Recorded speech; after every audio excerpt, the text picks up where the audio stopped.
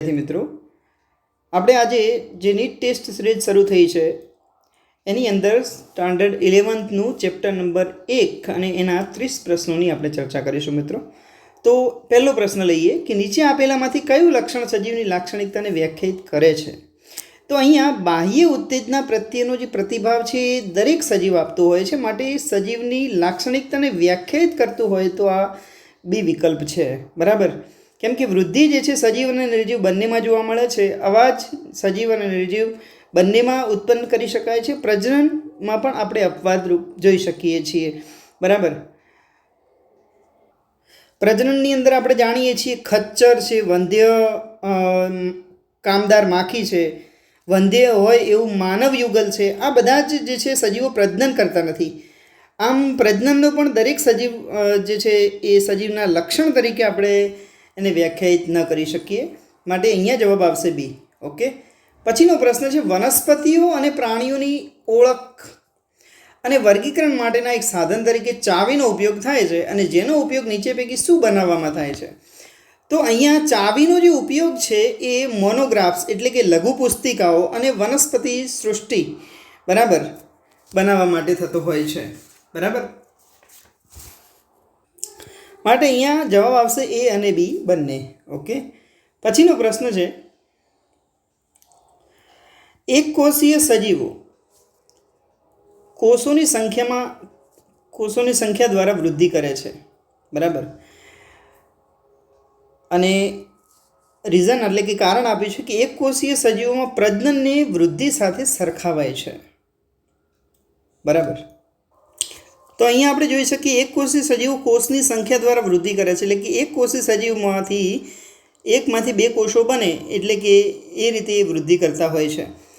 અને એનું કારણ આપ્યું છે કે એક કોષી સજીવમાં પ્રજનનની વૃદ્ધિ સાથે સરખાવાય છે. હવે જો પ્રજનન એટલે શું? તો પિતૃમાંથી નવી સંતતિ ઉત્પન્ન થવાની જે ક્રિયા છે એને પ્રજનન કહેવાય. તો અહીંયા વૃદ્ધિ અને પ્રજનન એ બંને જે છે એ સરખા જ છે એમ કહી શકાય, માટે એ અને આર બંને સાચા છે, જ્યારે આર એ એની સાચી સમજૂતી છે. બરાબર, માટે અહીંયા જવાબ આવશે એ. ઓકે, પછી ચોથો પ્રશ્ન છે આપમેળે જાગૃત કોણ રહે છે? તો અહીંયા જે માનવી છે એ આપમેળે જાગૃત અથવા તો સ્વયં સભાન એમ પણ આપણે કહી શકીએ. બરાબર, માટે જવાબ આવશે એ. ઓકે, પછી છે દરેક સજીવનો સંપૂર્ણ ગુણધર્મ કયો છે? તો દરેક સજીવનો સંપૂર્ણ ગુણધર્મની આપણે વાત કરીએ તો સભાનતા. બરાબર, સભાનતા એ દરેક સજીવનો સંપૂર્ણ ગુણધર્મ કહી શકાય. મિત્રો, ઘણાને એ પ્રશ્ન થાય કે સભાનતા અને સ્વયં સભાનતામાં શું ફરક છે? તો બુકની અંદર સ્પષ્ટ લખ્યું છે કે માનવી માત્ર એક જ સજીવ છે કે જે આપમેળે જાગૃત રહે છે. એને આપણે શું કહીશું? સ્વયં સભાનતા. આ આપમેળે જાગૃતની વાત છે એને શું કહેવાય? સ્વયં સભાનતા. બરાબર, એ માનવી જ રહી શકે, પણ અહીંયા બધા દરેક સજીવની વાત કરી છે. દરેક સજીવનો સંપૂર્ણ ગુણધર્મ શું થશે? તો સભાનતા થાય, માટે જવાબ આવશે એ. બરાબર છે. પછીનો પ્રશ્ન છે કે અલિંગી બીજાણુ જે ફૂગમાં જોવા મળે છે, તો અવખંડન શેમાં જોવા મળે? તો અવખંડન અહીંયા તંતુમય લીલમાં જોવા મળે છે. તો આ ઉપરાંત અવખંડનમાં બીજા પણ ઉદાહરણ આવશે, જેમ કે આ પણ આપણે મિત્રો યાદ રાખીશું કે જેમાં ફૂગ પણ આવે, પછી તંતુમય લીલ પણ આવે, એ અહીંયા લખેલું જ છે. મોસના પ્રતંતુ આવે છે, મોસના પ્રતંતુ. બરાબર, આ બધા જ અવખંડન, એની અંદર અવખંડન જોવા મળે છે. ઓકે, તો અહીંયા આપણે જોઈશું તો એ જવાબ આવશે.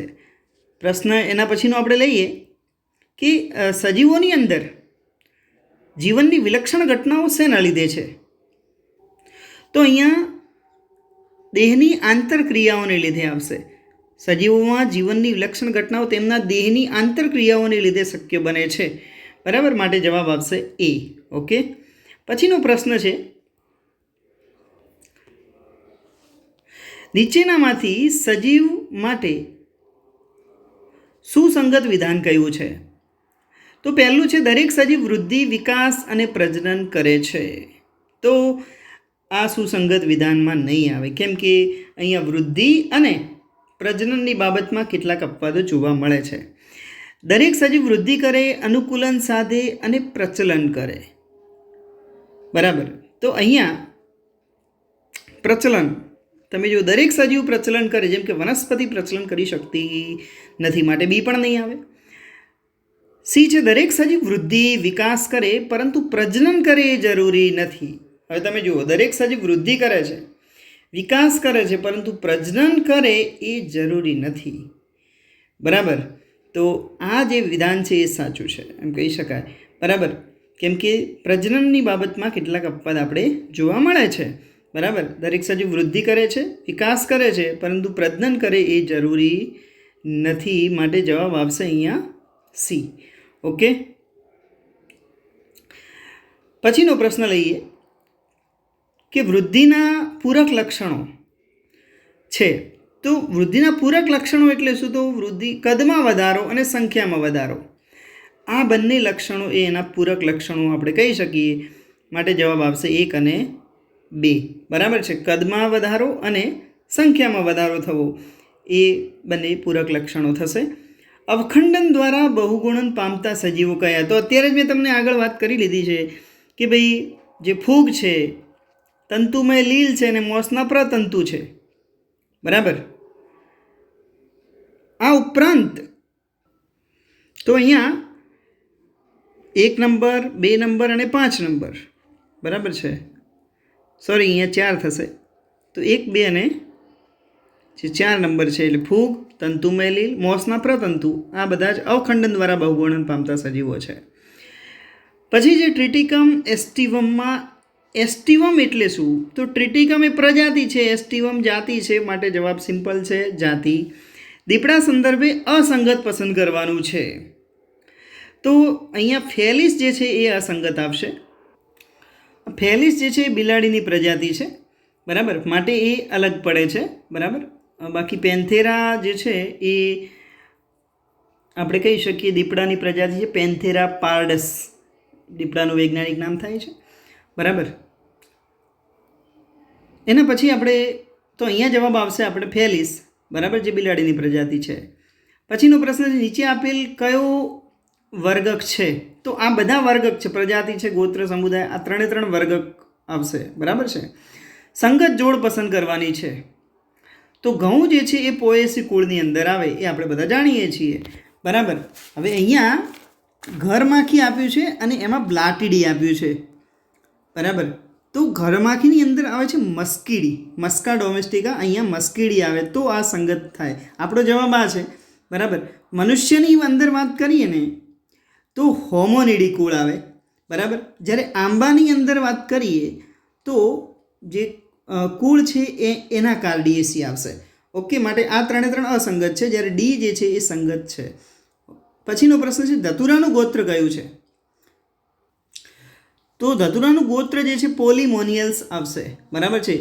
એસી શબ્દ કોની પાછળ વપરાય? તો એસી શબ્દ જે છે એ કુળ પાછળ વપરાય છે, જેમ કે એના કાર્ડિયેસી, પોએસી. બરાબર છે. પછીનો પ્રશ્ન લઈએ કે વર્ગીકરણ શ્રેણીમાં કુળ કઈ 2 કક્ષાની વચ્ચે આવે છે? તો કુળ કઈ 2 કક્ષાની વચ્ચે આવે છે? તો તમે જો આખી કક્ષાને આપણે યાદ કરીએ તો શરૂઆતમાં શું આવે? જાતિ. જાતિ પછી શું આવશે? પ્રજાતિ. પ્રજાતિ પછી શું આવે? કુળ. અને કુળ પછી શું આવે? ગોત્ર. તો તમે હવે સમજી ગયા છો. બરાબર. કુળ એ કોની વચ્ચે આવે છે? ગોત્ર અને પ્રજાતિની વચ્ચે આવશે. ગોત્ર અને પ્રજાતિની વચ્ચે. ગોત્ર પછી શું આવે? તો વર્ગ આવે. વર્ગ પછી શું આવે? સમુદાય કે વિભાગ આવે, અને પછી સૃષ્ટિ આવે છે. બરાબર. આ ક્રમ આપણે યાદ રાખવાનો થશે. પછીનો પ્રશ્ન લઈએ વર્ગક સંદર્ભે સાચું વિધાન પસંદ કરવાનું છે. તો અહીંયા પહેલું છે પરસ્પર સંબંધ ધરાવતા કુળનો સમૂહ. તો કુળનો સમૂહ જે છે એ આપણે ગોત્ર કહી શકીએ. પરસ્પર સંબંધ ધરાવતા જાતિનો સમૂહ, જેને આપણે પ્રજાતિ કહી શકાય. કોઈ પણ ક્રમમાં વર્ગીકરણનું જૂથ, એને આપણે વર્ગક કહીશું. બરાબર. વર્ગક એટલે શું? કોઈ પણ ક્રમની અંદર વર્ગીકરણનું જૂથ, માટે જવાબ આવે સી. પછીનો પ્રશ્ન છે વર્ગીકરણ માટે કયું વિધાન સાચું છે? તો વર્ગીકરણના પાયાનો વર્ગક માટે કયું વિધાન સાચું છે? વર્ગીકરણના પાયાનો એકમ છે, તો આ વિધાન સાચું છે. અને જુદા જુદા સ્તરે ગોઠવાયેલા સજીવોના જૂથનો દરજ્જો છે, તો એ અને બી બંને વિધાન આ જે છે વર્ગક માટે સાચા કહી શકાય. બરાબર. પછીનો પ્રશ્ન છે પેન્થેરાની જાતિ કઈ નથી? બરાબર. અહીં શું કીધું છે? જાતિ નથી. તો ફેલિડી એ કુળ છે. બાકીની 3 જે છે આપણે જોઈ શકીએ છીએ પેન્થેરા ટાઇગ્રીસ, પેન્થેરા લિયો, પેન્થેરા પાર્ડસ, આ 3 જાતિ છે, બરાબર. પેન્થેરાની આ ફેલિડી જે છે કુળમાં આવે છે, માટે ડી જવાબ આવશે. દ્વિનામી નામકરણ પદ્ધતિમાં કયા બે નામ હોય છે? તો પ્રથમ નામ પ્રજાતિનું હોય અને પછીનું નામ શેનું હોય? જાતિનું હોય છે, માટે સી જવાબ આવે. પછીનો પ્રશ્ન છે કુળ વિશે ખોટું વિધાન પસંદ કરવાનું છે. તો અહીંયા આપણે જોઈએ, પહેલું છે કે સમાન લક્ષણો ધરાવતી પ્રજાતિ ભેગી મળી કુળ બનાવે છે. તો આ સાચી વસ્તુ છે. પ્રજાતિ ભેગી થાય એટલે કુળની રચના થતી હોય, સમાન લક્ષણો ધરાવતી પ્રજાતિ ભેગી થઈને. પછી છે તેને વાનસ્પતિક અને પ્રાદનિક એમ બંને લક્ષણોના આધારે વર્ગીકૃત કરી શકાય. તો આ પણ વિધાન સાચું છે. ફેલિડી, કેનિડી અને પ્રાઇમેટા કુળ છે. હવે તમે જો ફેલિડી અને કેનિડી કુળ છે, પણ પ્રાઇમેટા એ જે ગોત્ર છે, બરાબર. પ્રાઇમેટા જે છે એ શું છે? ગોત્ર આવશે. અને આ પ્રાઇમેટા જે ગોત્ર છે ને એની અંદર કોણ કોણ આવે? તો વાનર, ગોરિલા, ગિબ્બન, આ બધા પ્રાઇમેટા ગોત્રની અંદર આવે છે, બરાબર. અને ગોત્ર ભેગા થઈ અને વર્ગની રચના થતી હોય છે, બરાબર. તો પ્રાઇમેટા અને કાર્નિવોરા જેવા ગોત્ર ભેગા થઈને સસ્તન વર્ગ બને છે. ઓકે, માટે અહીંયા તમે જુઓ ખોટું વિધાન આ થશે સી. ઓકે, પછીનો પ્રશ્ન લઈએ. કુળ પાછળ કયો પ્રત્યય લાગે? તો આ તો સિમ્પલ પ્રશ્ન છે, એસી, બરાબર છે. પછીનો પ્રશ્ન લઈએ. સાચા વિધાનો પસંદ કરો. તો અહીંયા પહેલું વિધાન છે વર્ગકના સભ્યો વચ્ચે વધુ લાક્ષણિકતાની વહેંચણી નિમ્નતમ વર્ગકમાં હોય છે. એટલે જે સૌથી નીચેનો વર્ગક છે એની અંદર વધુ લાક્ષણિકતાની, એટલે કે સમાન લાક્ષણિકતાઓ વધુ હોય છે. તો આ વિધાન જે છે સાચું છે. ગોત્ર ભેગા મળી કુળ બનાવે છે, બરાબર. ગોત્ર ભેગા મળી અને કુળ બનાવે છે, તો આ વિધાન ખોટું છે, બરાબર. કુળ ભેગા મળી અને ગોત્ર બનાવતા હોય, જેમ કે ફેલિડી અને કેનિડી કુળ છે જે એક જ ગોત્ર કાર્નિવોરાની અંદર આવતા હોય, માટે આ વિધાન ખોટું છે. બિલાડી અને કૂતરો એક જ કુળના સભ્યો છે, તો આ વિધાન પણ ખોટું છે. બિલાડી જે છે એ ફેલિડી કુળમાં આવે છે, બિલાડી ફેલિડી કુળમાં આવે, અને કૂતરો કેનિડી કુળમાં આવે છે, કૂતરો કેનિડી કુળમાં આવે છે, બરાબર. માટે આ વિધાન પણ ખોટું છે. દ્વિનામી નામકરણ લિનિયસ દ્વારા આપવામાં આવ્યું, તો આ વિધાન સાચું છે, બરાબર. માટે બી આવશે. પહેલું અને ચોથું વિધાન સાચું છે. ઓકે, પછીનો પ્રશ્ન લઈએ. સોલેનેસી કુળની પ્રજાતિ, બરાબર. સોલેનેસી કુળની જે પ્રજાતિ કઈ છે? તો અહીંયા તમે જુઓ સોલેનમ, પિટુનિયા અને ધતુરા, આ 3 જે છે એ સોલેનેસી કુળની પ્રજાતિમાં સમાવેશિત છે, બરાબર. તો માટે અહીંયા આવશે ABC 3. પછીનો પ્રશ્ન છે કે વર્ગીકરણ વિદ્યાના અભ્યાસ માટેની મૂળભૂત પ્રક્રિયાઓ ખાલી જગ્યા છે, બરાબર. તો અહીંયા લાક્ષણિકરણ, ઓળખ વિધિ અને ત્રીજું છે વર્ગીકરણ અને નામકરણ, બરાબર. તો અહીંયા નામકરણ આપણને આપ્યું છે, વર્ગીકરણ આપ્યું નથી. જે વર્ગીકરણ વિદ્યાના અભ્યાસ માટેની મૂળભૂત પ્રક્રિયાઓ છે, આમ તો આપણી બુકની અંદર 4 પ્રક્રિયાઓ આપેલી છે: લક્ષણીકરણ, ઓળખ વિધિ, પછી વર્ગીકરણ અને નામકરણ. વર્ગીકરણ અને નામકરણ, બરાબર. માટે અહીંયા આપણે લખીશું 1, 2 અને 3 જે છે એ આપણા સાચા જવાબોમાં આવશે. ઓકે, પછીનો પ્રશ્ન છે કે જીવશાસ્ત્રીય નામ માટે સાચું વિધાન પસંદ કરો. તો પહેલું છે તે અંગ્રેજી ભાષામાં લખાય છે, તો આ વિધાન તો ખોટું છે, બરાબર. પ્રથમ શબ્દ જાતિ હોય છે, તો આ પણ ખોટું છે. પ્રથમ શબ્દ શું હોય? પ્રજાતિ હોય. બીજો શબ્દ પ્રજાતિ હોય, પણ બીજો શબ્દ શું હોય? જાતિ. તો આ 3 વિધાનો ખોટા છે. આપણે વિધાન સાચું પસંદ કરવાનું હતું, તો માટે આપણો જવાબ આવશે 1 પણ નહીં, બરાબર. પછીનો પ્રશ્ન છે સિસ્ટેમેટિક શબ્દ એ કયા શબ્દમાંથી ઉતરી આવ્યો? તો સિસ્ટેમા શબ્દમાંથી ઉતરી આવ્યો છે, બરાબર. પછીનો પ્રશ્ન છે આપેલ કયું વિધાન નામાધિકરણ માટે ખોટું છે? તો પહેલું જોઈએ, એક વૈજ્ઞાનિક નામ અન્ય કોઈ પણ સજીવ માટે વપરાતું નથી, તો આ વિધાન સાચું છે. આપણે ખોટું વિધાન પસંદ કરવાનું છે, બરાબર. એટલે આપણે પ્રશ્નને બહુ ધ્યાનથી વાંચીશું, બરાબર. તો પહેલું વિધાન તો સાચું છે. નિયમોને અનુસરીને નામકરણ કરાય છે, તો આ પણ સાચી વાત છે. બધા જ સજીવનું નામાધિકરણ કરવા સુધીનો અભ્યાસ શક્ય પણ ના હોય, તો આ પણ સાચું છે. બધા જ સજીવનું નામાધિકરણ આપણે કરી શકતા નથી, તો આપણી પાસે વધ્યું એક જ કે વૈશ્વિક સ્તરે સજીવના વૈજ્ઞાનિક નામ હોય છે, પણ અહીંયા થોડી સ્પષ્ટતા કરવી જોઈએ કે વૈશ્વિક સ્તરે દરેક સજીવનું એક જ વૈજ્ઞાનિક નામ હોય છે. માટે અહીંયા ડીને આપણે જવાબ તરીકે પસંદ કરીશું. અને છેલ્લો પ્રશ્ન આજનો, વર્ગીકરણ માટે સાચું વિધાન પસંદ કરવાનું છે કે સજીવોની અર્થકારક જૂથ વહેંચણી કરવામાં આવે છે. તો આ વિધાન સાચું છે. વર્ગીકરણ કેટલાક સરળતાથી નિરીક્ષણ કરી શકાય તેવા લક્ષણો ઉપર આધારિત છે. બરાબર. તો આ વિધાન પણ સાચું છે. માટે આપણે કહીશું એ અને બી બંને સાચા છે. તો માટે આપણો જવાબ આવશે એ અને બી બંને.